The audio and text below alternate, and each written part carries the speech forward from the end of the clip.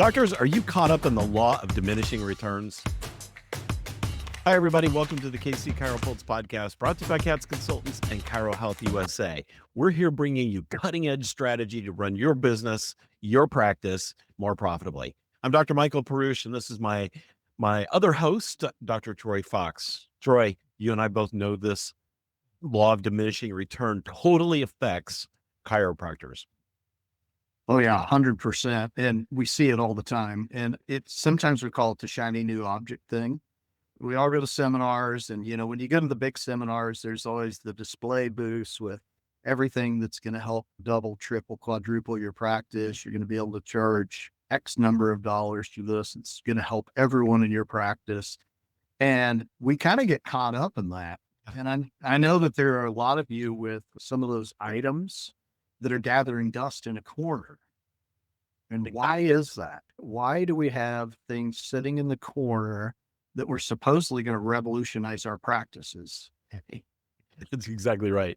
So before we unpack that, just in case you're not familiar with what the law of diminishing returns is, it's actually an accounting principle that says that adding more doesn't necessarily equate to more profit. So what does that mean? Well, adding more new patients, adding more staff, adding more profit centers like Troy was starting to talk about, whatever, adding to your practice does not always equate to more profit.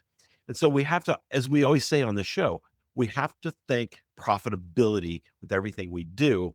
Otherwise, we're running a free service. We're running a 501c3 nonprofit organization. And I don't think any of you out there listening to this probably are that. So Trey, you started to dive into it. You go to a seminar, which is a great example, and you get all excited about this new service that you can add, this new shiny thing that you can add to your practice.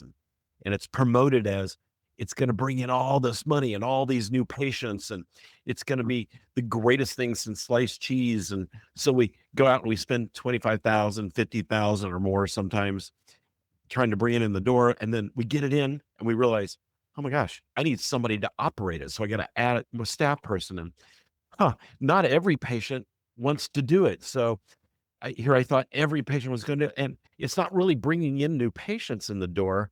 So it's not really what I thought it was going to be. And pretty soon it's sitting in a closet somewhere.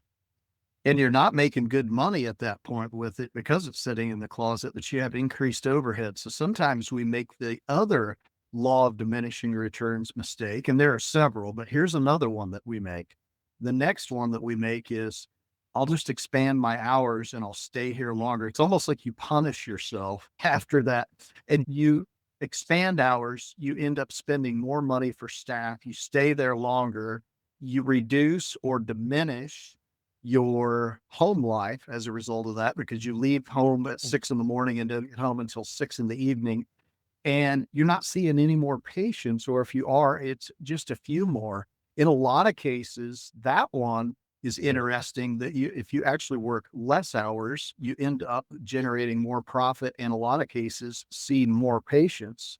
And a lot of it has to do with how your practice looks. If your practice looks empty and desolate, people aren't real excited to come in there. So if you have everything gapped apart where you're there for 12 hours a day, and you see the same number of patients, it's a law of diminishing return again, because I'm working harder and longer, but I'm not making more money. I'm actually making less. I've got the lights on longer. Maybe I have staff there longer. It just doesn't make sense. Yeah, it doesn't. So we're talking about the law of diminishing returns and how it affects the chiropractic practice. And it's almost an epidemic, I think, in our profession in some ways. So we got to take a quick break to hear a word from our sponsors, but we'll be right back. In today's economy, every dollar counts. Families are facing tough choices, having to reconsider what was once essential to them. But when it comes to healthcare, no one should have to compromise on their well-being because of financial constraints. That's where Chiro Health USA steps in, the solution for your practice. We understand the financial pressures families are under, whether they're insured, on Medicare, or paying out of pocket for treatment. By offering discounts on care, you can ensure that your patients can still afford the treatment they need. At Chiro Health USA, we're committed to making sure no family has to sacrifice their health due to financial hardship. We'll work with you to create a game plan that keeps your waiting room full and your practice thriving. And here's the best part. Offering affordable care not only benefits your patients, but also positively impacts your bottom line. So why wait? Join Power Health USA today and join the ranks of the most successful practices. Because when you put your patients first, everyone wins.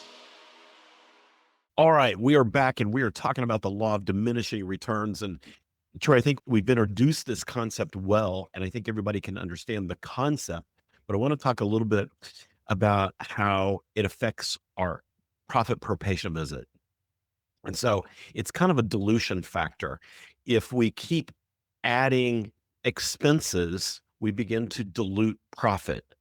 And that's a side of the practice that unfortunately a lot of doctors aren't looking at. They're looking at the more side and not thinking about the dilution side or the diminishing side.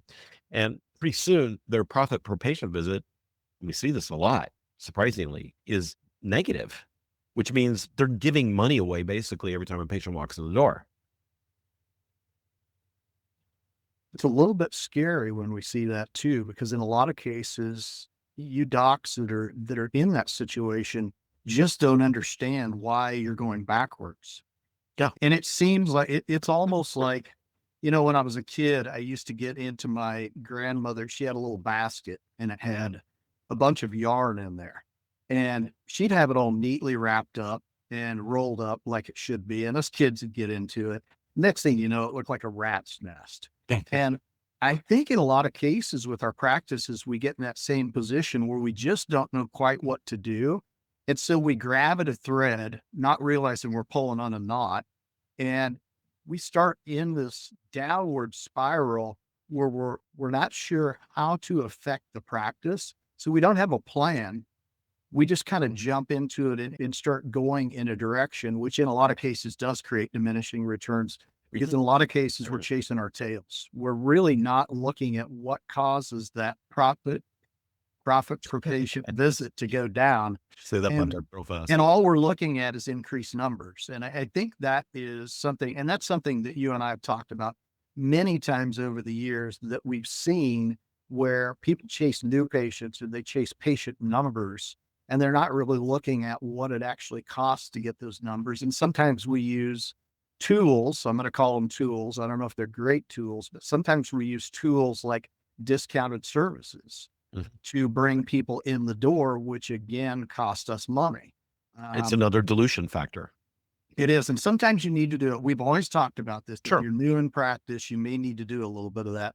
But if you're an established practice that's been around for a number of years, you really need to consider that before you start discounting services, just because you want to see a few more patients in the office, or you feel like that you have a new tool that can help more people. What if I discount it? People will aggressively go after it. And I see that in marketing. Yes. Do you see it when you look at your Verizon app? I look at it. They're always telling me, hey, you're qualified for a new phone and blah, blah, blah. And then I get in there and I realize once I get in there that it's not really that big of a benefit, because I need to sign up for a new plan. So they're not really discounting.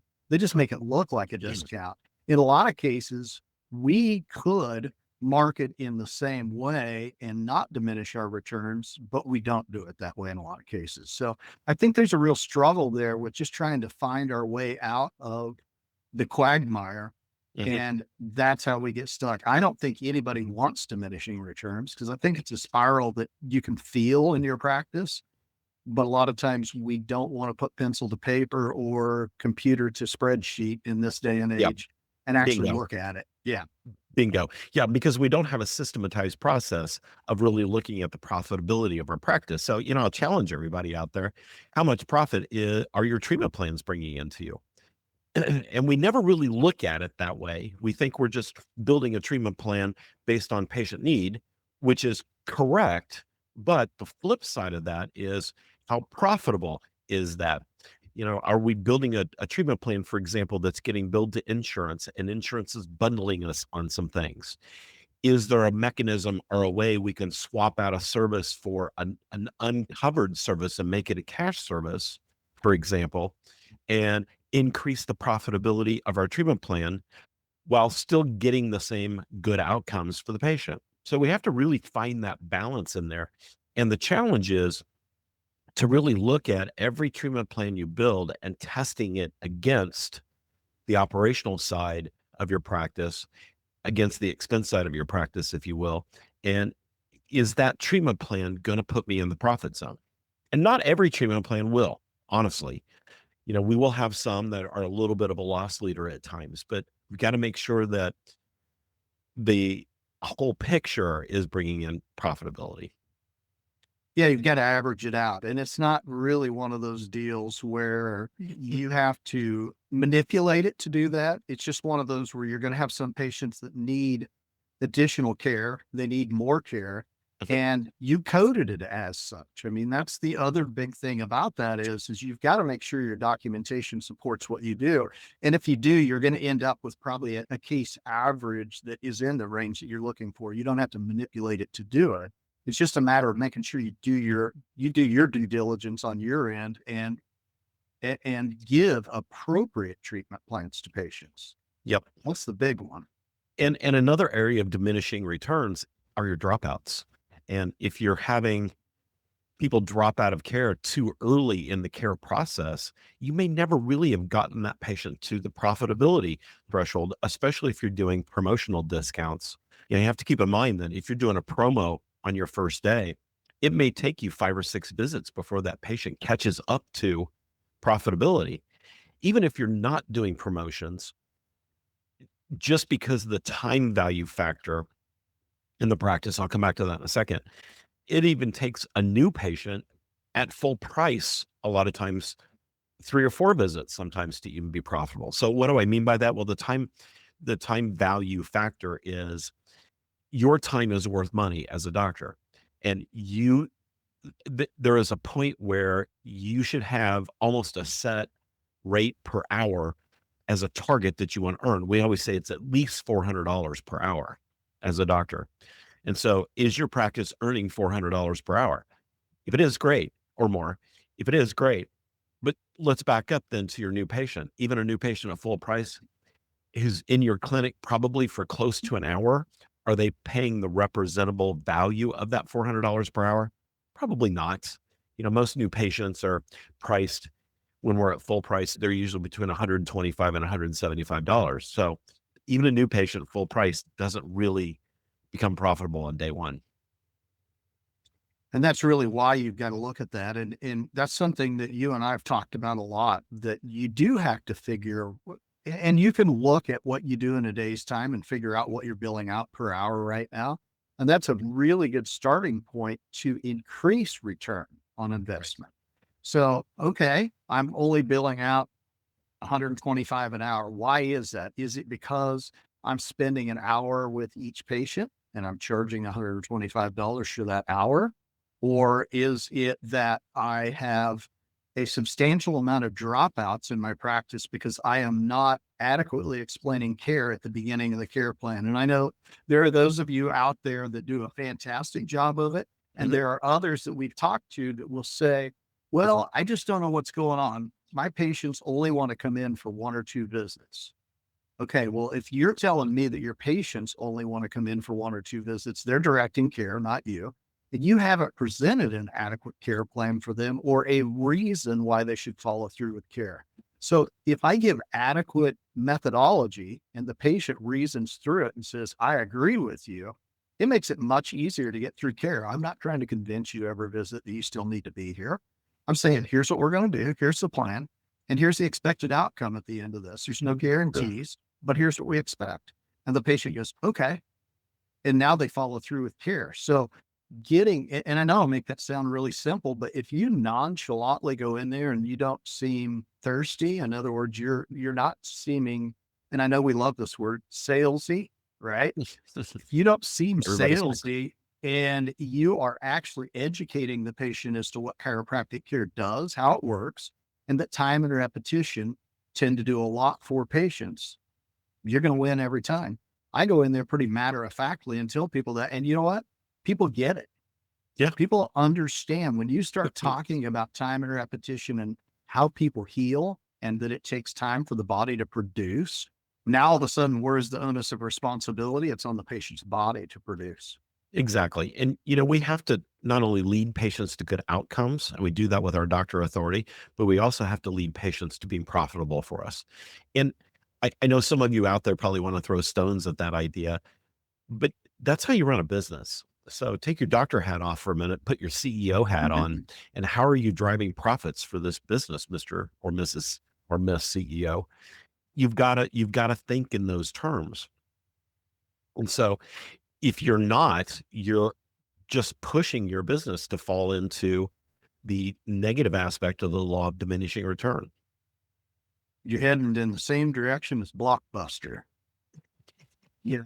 And that's a problem. So here's the deal. Blockbuster didn't see what was coming. They didn't see what the future looked like. So that's a little bit different situation. But when you're in your practice, you have a product. So does Apple.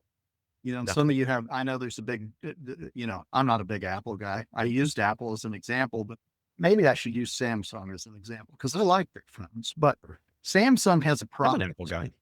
Okay. So either Samsung or Apple, it's potato, right? So we have this smartphone and it does something for us, but it doesn't mean they're going to give it away just because they can. And that we have that ability to do that in our practice. We can give it away, but quite frankly, they value their product. And because they value their product, they put a price tag on it that is not only somewhat equitable for us. They've challenged the market to see what the market will bear. And I think that's important. But at the same time, they're not going to price it below what it costs them to produce the item, market the item, sell the item. In other words, that package that they put together has a dollar number on it. And for us, from a sales standpoint, why practice if you're going to go broke? Yep. Exactly. So we got to hear another word from our sponsors. So we're talking about the law of diminishing returns in chiropractic practice. Important concept. So we'll be right back to wrap up. Pat's Chiropractic Consultants, your partner in chiropractic success. We are dedicated with one-on-one guidance to bring you all your practice management needs. Let's supercharge your practice. Give us a call today. Okay, we are back talking about the law of diminishing returns again. And Troy, I think everybody's got to really think about this. I think this is a really important topic because you got to really think about this when you're managing your practice. And if your expectation is that you're going to bring a bunch of new patients in the door and it overloads your capacity and you can't hang on to them all, then that's a diminishing return. If you're going to bring a new piece of equipment in and you have no way to integrate it into your practice, in other words, you can't get patients to utilize it and get a good return on it, then that's the law of diminishing return. Or you think you're busy and you need to add staff. Maybe you don't, but how is that staff going to create a positive ROI for you? If it doesn't, law of diminishing return. So I think we've got to think about everything we do in our practice. Otherwise, we're going to just multiply inefficiency and lack of profitability. And that, folks, is business 101. I mean, that's what we talk about a lot. And I get probably sometimes you guys get tired of hearing us talk about that. But the truth of the matter is we see so many docs that are fantastic. Oh my gosh. Sure. Chiropractors out there. And I love you guys. And I love talking to you guys when we come in contact with each other and finding out what you're doing uniquely in your practice, because we're all such unique individuals. Oh, I do this in my practice. Oh, I do this in my practice. And sometimes there's overlap, but we've got so many unique types of practices, everything from adjustments only to people that are doing functional medicine, genetic mapping. I mean, oh my gosh, shockwave, whatever you want to throw in there. So you guys are all unique individuals. You just have to find a way to take that uniqueness that you have and turn it into profit in business. And you can't force a square peg in a round hole. So in other words, you can't just show up day one and go, well, I have an undesirable product that sucks and I don't have very good customer service and my office is horrible and it looks horrible. So what do we have to do if we want to do that? We have to look at where we're at in business and we have to make overhauls or it's kind of like one of those house flipping shows. Sometimes you take something that doesn't look so good, and man, I was watching one yesterday in Hawaii, of all places, and it was super expensive just to buy this heap of junk. And the floor was falling through, and a half hour later in this show, oh my gosh, I wanted to buy this place. It was beautiful. I saw that episode too. Yeah. And all of a sudden you go from an $800,000 house to 1.5 million. And so the difference was the perception. And so when people are in your practice from a business standpoint, if you've got every facet of your business put together, you stand a much greater chance to have the ability to bill out what you're worth. Yep. That's what's really important. We're not asking you to shoot for the sky and then go, well, I don't even think I'm worth that. You need to shoot for what you're worth. I think every one of us that is in practice looks at the services and the type of service that we provide, and we say to ourselves, you know what? I'm worth more. If you haven't said that, you need to do a deep dive into your psyche, because I do that. I look at it and I go, I'm worth more. And so as a result, I'm willing to charge what I feel like that I'm worth, or at least close to. Sometimes the market won't bear. I feel like I'm worth $1 million in adjustment, but yeah, that one probably wouldn't fly very far. I probably wouldn't have very many patients coming in the door every morning. But if I can find a happy number that the patients like and I like, that's what Apple does. That's what Samsung does. That's why phones cost what they do. You always go, oh, that's kind of expensive, but you know what? It's worth it. That's what people need to be saying in your practice for you to not have diminishing returns. Exactly. And so you've got to, we're all thinking about, how do we scale our practices? How do we grow our practices? And really what we mean by that, hopefully, is how do we grow our profit? And if you're not imploring some of these things that Troy and I have been talking about, then all you're doing is creating chaos, which is nothing more than expense in motion. And so we don't want to just move in our practices faster. We don't want to just create more work. We don't want to just see more new patients. We don't want to just have more services to offer. We need to create profitability. And we do that by making sure that we're putting pen to paper, calculator to spreadsheet, and making sure that we're creating that profitability and not falling to the chaos of the law of diminishing returns. So, Roy, anything to add? No, I think that's fantastic. And I think if you look at your practice in that way and you spend a little bit of time this week, I bet you can find one or two things that you can change that will reverse that diminishing return if you have that going on in your practice right now. And I know if we're looking at your practice, we can find that for you too. We can. Go to Katz Consultants and check out everything that we're doing to help doctors increase their profitability. Some free downloads on there. And thanks for tuning into the podcast. We appreciate everybody who listens every week. We've grown like crazy. So keep surprising. Keep surprising us. Keep surprising us. Keep subscribing. I can't even talk. And make sure you share the podcast with everybody else out there. So on behalf of all of us from Katz Consultants, and we appreciate Chiro Health USA for being one of our sponsors as well. We'll see you guys next time. See you all later.